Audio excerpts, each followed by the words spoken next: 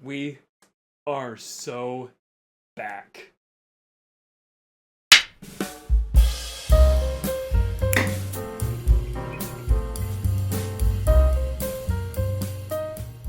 Greetings, my fancy viewers. Welcome back to the channel. And today, I'm going to be talking about Thunderbolts. Directed by Jake Schreier, stars Florence Pugh, David Harbour, and stars so many other actors in this film because this is a group of ragtag teams of the Thunderbolts, played by all these other characters that we know and love, like Bucky, you got Yelena, you got the Red Guardian, Ghost, all these other characters from all these other Marvel films, and man, this film just surprised me. So my thoughts on Marvel are extremely mixed. I'm not a complete Marvel hater like many other people are right now, but I do have to admit, everything pretty much after Endgame has been pretty high, say like Guardians of the Galaxy 3, or Spider-Man No Way Home, which I know gets some hate nowadays, but I still like that film. But everything else that they've been putting out has been kind of stinky. Like, pretty much everything that they make that revolves around the multiverse, I have no interest in. Which is why I was pretty excited for this film, because this was its own standalone thing. It had nothing to do with the multiverse at all, it was just a bunch of these characters coming together to stop this one villain in this film. Nothing huge or grandiose, just a nice, simple Marvel film, similar to like Phase 1 or Phase 2. And man, this was just a breath of fresh air. Now this will be a bit of a spoiler review because there are a few things in here that I can't really talk about without spoiling it, because I have a lot of great things to say about this film with a few minor complaints. The first thing that's great about this film is that this did not feel like homework. You could watch this film without having to see so many other Marvel films or TV shows. All you really needed to see was Black Widow and Captain America, Falcon and Winter Soldier. That's all you needed to see. Those are the only two things you really need to see to get the full grasp of this film. Maybe Ant-Man and the Wasp because of Ghost, but this one really just did not feel like homework. It felt like I could just sit down and enjoy these characters without having to have watched like 500,000 movies or 500,000 episodes or something. This seemed like a really down-to-earth film. The film starts with Yelena going on this big top-secret mission to take down this government base because she's still working for Valentina, played by Julia Louis-Dreyfus. And you can tell that Yelena is not having it. She's going through all this depression and baggage because of the death of her sister. She's going through all these just horrible things like in her mind. She's going through all these really tough times. And this film really starts to like feel humanized. I was really noticing that early on in the film because there's a lot of themes about depression, anxiety, quarter-life crisis. There's a lot of things in this film that really surprised me. Like, I thought this was going to be like a pretty fun action comic book movie, but there's actually quite a few things in here that felt really humanized. Like, I really felt for Yelena, especially because of her character. Like, she was going through some things that I could relate to, because I'm like, damn, I'm 26, I'm kind of going through a quarter-life crisis right now. So, I could relate a lot to Yelena in this film. And Florence Pugh's performance as Yelena is absolutely excellent. She gives a phenomenal performance. She gives, in my opinion, one of the best performances in the MCU. Like, I'm not kidding, she does a phenomenal job here, especially with her facial expressions. She's perfectly executing like how Yelena is going through all this tough time and depression and anxiety. Like, this is one of the best performances I've seen in the MCU. And it's just another piece to Florence Pugh's resume of like why she's such a good actress. This is just another great performance by her. And she has to do a lot in this film too, a lot of action sequences, a lot of stunt work, and she does a great job with that too. There have been some behind the scenes footage that I saw where she did actually some of her own stunts, and she did great. Like, she did a phenomenal job here. And in the beginning of the film too, there was this one action sequence where it's a bird's eye view where Yelena is attacking all these guards that are after her, and it's a one take with a bird's eye view, and the way how it was lit, the choreography, the cinematography and everything, like, it looked like an actual movie. Like, a lot of MCU films nowadays look like green screen slop, and this one looked real. Like, it actually had a lot of care put into this film with the way it looks and the way the lighting was done. This looked great. If you see this on IMAX, you will really see how great this film looks. Like, please see this in IMAX if you can. Like, this was a damn good looking film, especially for one that's in the MCU. But eventually in the film, Yelena starts to meet up with all these other characters that Valentina has pretty much grouped together so they can all kill each other. Because Valentina is trying to pretty much wipe the slate clean of all this stuff that she's been doing behind the scenes. And so you have John Walker, you have Yelena, you have Ghost, you have Taskmaster.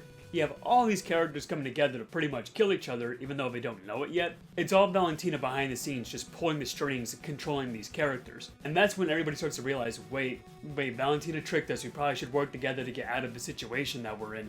And that's how the Thunderbolts start to become together as a team. Now, this is kind of where one of my small complaints in the film come in, because if you look in the promotional stuff and everything, you see Taskmaster. And, Taskmaster dies, like 2 minutes in. Like, she's not in the film, like, at all. I think she gets, like, one line of dialogue before Ghost shoots her in the head. Like, really? Like, look, I hated Taskmaster in Black Widow, but you could have done something to fix this character and fix this, you know, message you made with the last film that she was in. But it's like, nah, we screwed that character up too much. We probably should just kill her off. And that's what they do. I would have liked to see this character a bit more, see if they could have done something more with this character, but nah, they just kill her off. But eventually in the film, the Thunderbolts meet this one guy, Bob, who ends up being the Sentry. It was this experiment that was done by Valentina to try and make a super soldier, similar to Captain America, but better. And this guy is so intimidating. At first, he seems like kind of like a shy, quirky dude, but you start to realize there's a lot more to his character because he's been through stuff too, like with depression, anxiety, abuse by his parents. He's been through a really tough time, and this just goes to show, like, what happens when you have a deranged person become a superhero. He's very much like Homelander in The Boys, but I think this one is done a little bit better, a bit more subtle than The Boys. Like, I really like this character. Sentry was such an intimidating villain because at one scene he's, you know, nice and happy, but in the next scene he's like all just mysterious, very cold.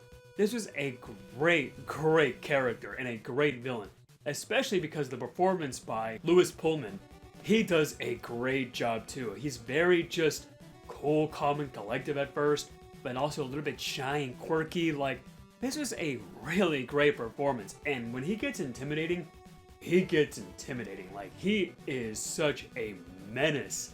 Like, there were some scenes in this film where I was like literally just kind of holding onto my chair a little bit because of this performance, like how intimidating he was sometimes.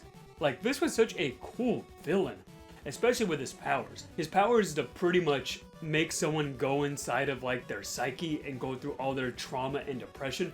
He pretty much puts someone into a void to deal with all of their like horrible past and just like entrap them into this cage of all this torment that they've been through, like, through their life. Like, that's a freaking weird villain. That's a really creepy villain, just having someone just touch you and then put you into, like, your psyche of all, like, your past trauma and all your past baggage. Good lord, that's cool. And there's this one really cool action sequence where all the Thunderbolts are coming together to beat the shit out of Sentry, but they have pretty much no powers. Like, they aren't doing anything to him. They try and punch him, shoot him, just whack him. They do nothing to this dude. He's pretty much just a evil Superman. And that one take action sequence where they're all coming together to try and stop him is so satisfying and cool. It just shows how intimidating this villain is and how much of a threat he is to the Thunderbolts, and not just them, but the whole world pretty much. Like, this is how you do a villain. I knew nothing about Sentry going into this film, and now I just want to read his comics. He was such a great part. Probably my favorite part of the film, with a great performance, great menacing tone that he has. Like, everything about this guy is just great. Great villain. In fact, when it comes to the action, all the action is great. There's this one scene where Bucky's riding this motorcycle, taking down these armored tanks, and it's so good.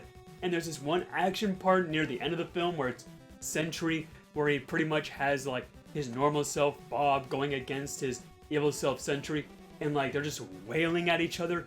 Great scene there too. There's a lot of weight to the action here. It's well shot, it looks great, like everything about the action is A+ in this film.